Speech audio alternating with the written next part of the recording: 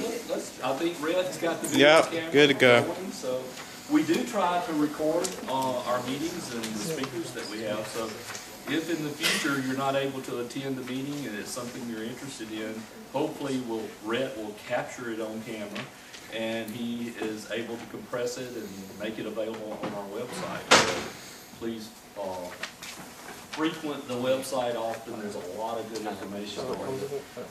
Thank you for coming tonight. Many of you know me. I'm Dr. Smith. I'm the pre-health advisor. So if you're interested in med school, dental school, and some other things, you might want to see me and let me give you some good advice.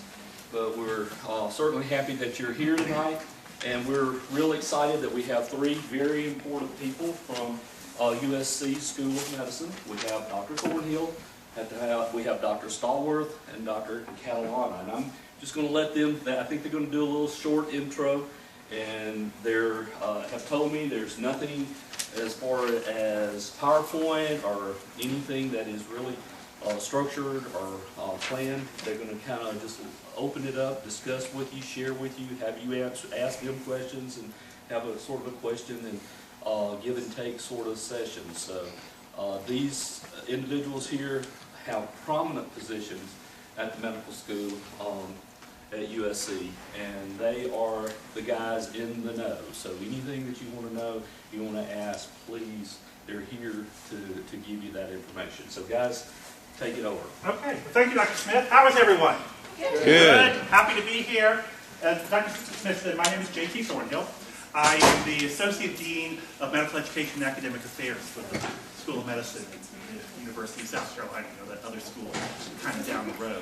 I'm a psychiatrist by trade. I'm originally from Virginia, did medical school in Virginia, came to South Carolina, did my residency in psychiatry, and been working for USC now for 16 or 17 years ago, so for a fair amount of time. And as Dr. Smith said, I just kind of want to give you a very brief introduction about admissions, about the medical school. And we have Dr. Stallworth and Dr. Catalana, who are truly the important people in the class act for this evening. Kind of talk a little bit about kind of their experiences. We are all on the admissions committee. I chair the admissions committee. Dr. Stallworth and Dr. Catalana have been on the admissions committee for years. I'm supposed to oversee the curriculum of the entire medical school, so between the three of us, hopefully we can answer any question you have, or we can make up a really good answer if we don't know the answer to the question. So at least kind of that's the plan for this evening, is we certainly want to, we don't want to kind of try to figure out what it is that you want to know. I'm happy to talk about the school, they're happy to talk about the school, but we really like to focus it on what type of questions you have for us. So, is anyone here from out of town? So, a few of you? Oh, okay. I'm definitely from out of town. I was teaching the first year medical students this morning. I told them that I wouldn't be here this afternoon, that I was coming up to Clemson to speak to the AED group. And I admitted that I've been in South Carolina for 20 years and I'd never been to Clemson before. You should have seen the mouths drop of several of our students in the class. So one, it's great to be up here. I had a nice little kind of tour of the campus this afternoon before we had dinner with some of the AED officers. So it's great to be up here, and I'm sorry it's taken me so long to get up here, but it was a nice opportunity. Appreciate the invitation to be here. So, four-year medical school located in Columbia, South Carolina. We're part of the University of South Carolina, but we're actually not on the main campus for those of you who've not been down in Columbia. So, the main campus is about 6 miles or so away from the medical school. The medical school is actually located out next to the VA hospital. The VA hospital was built probably in the 1940s or so. It's great, kind of old red brick buildings. And they vacated those buildings in the 1970s and built what they called a new hospital at that particular point, and the medical school took over the old building. So we have this kind of nice campus, close to the interstate, but we're about 6 miles away from kind of the main campus and for the activities of the undergraduate campus, which is a little bit different from other medical schools that you may have kind of heard about or seen that are kind of closer to the university. So we like being a little ways away. It means we're close enough when we need to be, but we also keep separate out there. So we have a four-year medical school campus. We also train other kind of graduate students out there as well. And I know most of you are kind of here because you want to hear about how do you get into medical school? How do you kind of start that process? What are we looking for? As I said, I chair the admissions committee. So one of my jobs is that I get to review this year with somewhere up about 2,300 applications for medical school. And someone had already asked me at dinner, do you really have time to look at all those applications? I make it my time to look at all those applications. So I think it's kind of very important to the process. So I read the applications, I go through them, and I have to kind of make initial decisions about who we want to interview for medical school or who do we want to invite for medical school. And then ultimately, with the help of the admissions committee who were going to offer admissions to the medical school. So I know there's kind of questions, I'm sure, about applications, what we're looking for, what I'm looking for. I'm more than happy to be as honest and open with you as I can about kind of the admissions process and what I do there. But again, I'm going to kind of save that for questions. I want to turn things over, at least for a couple minutes here, to both Dr. Stallworth and Dr. Catalano.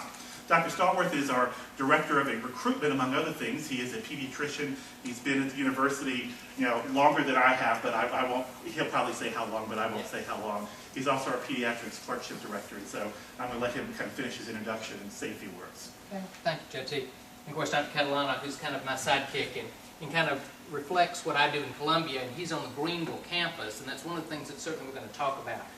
I have been on the admissions committee for 30 years. So I've been with the medical school for 31 years. So I've been around a long time. And I certainly want you to feel comfortable in making this night be productive for you. We are here to help you, and we are going to be directed toward medical school. And we understand this is AED, and I know that AED encompasses a lot more than just medical school. But for anyone in the audience who, once again, as we get going and you realize, well, this isn't really your cup of tea, and since we're here for you, do not feel bad about getting up and leaving if we're not answering or helping you with what your desires for your professional life may be. Because we will be concentrating on medical school tonight. And what we're going to say hopefully will help any of you who want to pursue medical school wherever you want to go. We are, of course, all biased that our school is the best school. And hopefully we'll be able to give you some ideas as to why we think that. But in truth, we're here to help you get in medical school and answer questions that are going to be applicable to what your needs are for the application process. Because you've got to be able to understand that one of the things that we want you to do is to give us your strongest application possible. All right? That's the key. Your pre-med advisor is very important to you understanding what he, or in this case he, but where he or she may be, in terms of helping you along this path. They've come down to our school, they've witnessed the process of the interview, they know what it's like. They sometimes, I know, get caught up in our need to come up so that you can kind of hear it from the horse's mouth. But they stay in contact with us, they stay in contact with other medical schools, so please use them to your advantage. And then you can always contact us individually or via them if we can help you in any way possible with your decision-making process. So just to kind of cement what I've just said, we are here for you here tonight. And we want you to ask us questions, and we can talk about the application, we can talk about your undergraduate setup of coursework that's going to be able to put your best foot forward. We can talk about the MCAT. We can talk about the med schools in South Carolina, the DO school in Spartanburg. We can talk, obviously, about the Greenville program that's currently connected with our medical school or the future of potential medical education in Greenville. So again, we're here for all things that can help you. So do not feel inhibited asking us any questions. Okay? Does that make sense? And let me just stop to introduce Dr. Catalano. Like I say, Dr. Catalano is a pediatrician who's on the Greenville campus, and he and I are very close buddies, not only from the medical education perspective, but from the pediatric perspective. Thanks. Welcome to all of you. And Dr. Stallworth and Dr. Thornhill mentioned, we have, like many medical schools, 2 clinical campuses. And the clinical campus in Greenville has been a branch of USC School of Medicine since the early 90s. And those of you who may be from other states, for example, Alabama or West Virginia or numerous other states, have a variety of clinical campuses. And we'll oftentimes get asked, what's the difference between MUSC and USC? And I think the fairest statement that hopefully it's fair that I answer with that is that we are smaller, which for some people is very attractive, and you have the Greenville option. When I mean the Greenville option, you spend your first 2 years in Columbia, move to Greenville, spend your 3rd and 4th years in Greenville, following the same curriculum and getting the same education in regards to goals and objectives, same test-taking schedule, etc. We currently have about 50 3rd and 4th year students in Greenville. That number next year will go up closer to 60. And our long-term plans are to have about 100 students in the 1st and 2nd year in Columbia, with around 60 remaining in Columbia and about 40 coming up to Greenville. And so between, I think, the three of us here, we can certainly answer your questions about admissions. And I would really encourage you to ask questions because now is your chance, and we'll, as Dr. Stallworth and Dr. Thornhill were saying, we'll be as honest as we can about this process, because it's not all about GPAs and MCATs. It's about a lot more than that. So any questions you have about either campus, any questions you have about the process, that's why we're here. Rather than bringing a PowerPoint presentation and talking to you for 20, 30, or 40 minutes, we want this to be as advantageous to you as possible. How many of y'all are seniors? Okay, so I'm assuming that most of you are in the process of applying or have been accepted to school, still waiting. How many juniors? Okay, so about even in freshman and sophomore, we're really thinking ahead. Good for you. Okay.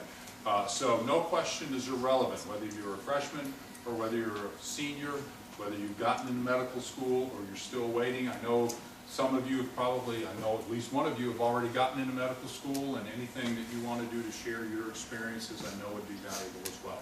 So who wants to start off with a question? Yes? What are the deciding factors on whether or not you can do the Greenville option? Do you have to apply for that?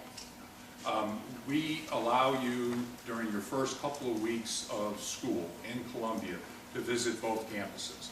The campus in Columbia has two main hospitals, the VA hospital, which is right next door, and Palmetto Richland Hospital, which is across town, maybe 10, 15 minutes from the medical school campus. And then after visiting both campuses, literally by bus, the entire class comes up to to Greenville, and you meet with the students, you tour the facilities, and that way you've been given the opportunity to see both campuses. We then ask you to commit somewhere in the first couple of weeks of your first year, and in general, that commitment has always worked out very well. And again, we have about 30, 35 students in each of the current first and second year classes in Columbia planning to come up to Greenville. Now, let's say that 90 people wanted to stay in Columbia, that wouldn't work. 70 people wanted to come to Greenville, that wouldn't work. We would have to have a lottery at that point in time. We've never had to have a lottery. Again, it's worked out very well. The numbers are such that we want to be sure that whether you're on the Columbia campus or the Greenville campus, that we can look you in the eye and say you'll see plenty of patients, you'll have plenty of opportunity to participate in surgeries, in delivering babies, in evaluating children in the newborn nursery, because there's no way you're going to be able to make a decision about what you want to do for the rest of your life unless you see a lot of patients. And so, irregardless of the campus you're at, you can do that. And don't waste your time trying to figure out which place is better. We can show you all the data that you're not going to do any better on your boards, or you're not going to do any better on your grades if you go to one campus or another. What I can guarantee you will do better at is because you have the opportunity to get smaller numbers of medical students at both places. You're not going to be tripping over one another when you're trying to do procedures for that. So that's basically how it works. We know coming in is a form, there's a question on the application that talks about, would you want to pursue your third and fourth years of medical education in Greenville, Columbia, doesn't matter. So that's a box that you will mark. So we kind of have a gauge coming in of exactly how that's going to fall out. And you don't have to check no preference thinking it's going to increase your chances to get in. That doesn't have, we want the best class possible. Other questions? Sure, you just go right ahead. You are, again, good for you. It is rumored that you will have a medical school in Greenville. Is it true? And if so, what's the time frame? As of last Friday, the initial cost of actually starting the process of evaluation and accreditation was submitted to the accrediting agency. So the